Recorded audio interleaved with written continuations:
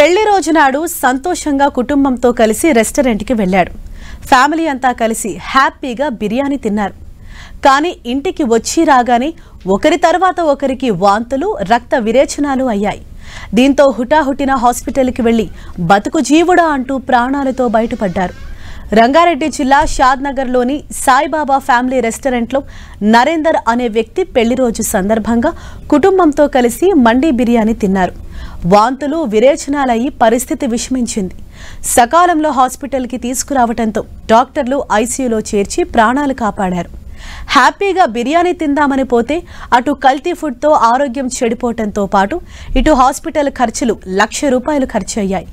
ఒకవైపు హోటళ్లు, రెస్టారెంట్ల మీద ఫుడ్ సేఫ్టీ అధికారులు దాడులు చేస్తున్నప్పటికీ కొన్ని రెస్టారెంట్ల నిర్వాహకులు ప్రజల ప్రాణాలతో చెలగాటమాడుతూ కుళ్లిపోయిన ఆహారాన్ని వేడివేడిగా వండి వడ్డిస్తున్నారు.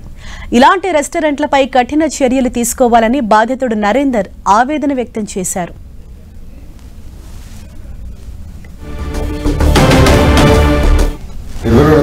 మ్యారేజ్ డే ఉండే సాయిబాబాలో మండి బిర్యానీ తిన్నాం. ఆ రోజు నైట్ నుంచి లైట్గా స్టమక్ అప్సెట్ అయింది. తెల్లారి బాగా మోషన్స్ అయ్యి బ్లడ్ పంపిస్తుంది.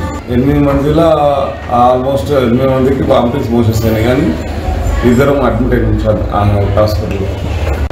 మంచి హోటల్ అని చెప్పి నమ్మిపోయినాము. హోటల్లో తిన్నాక ఎన్ని బాధలు పడుతున్నాము. ఇటువంటి హోటల్ పైన కఠిన చర్యలు తీసుకోవడానికి కోరుకుంటున్నారు.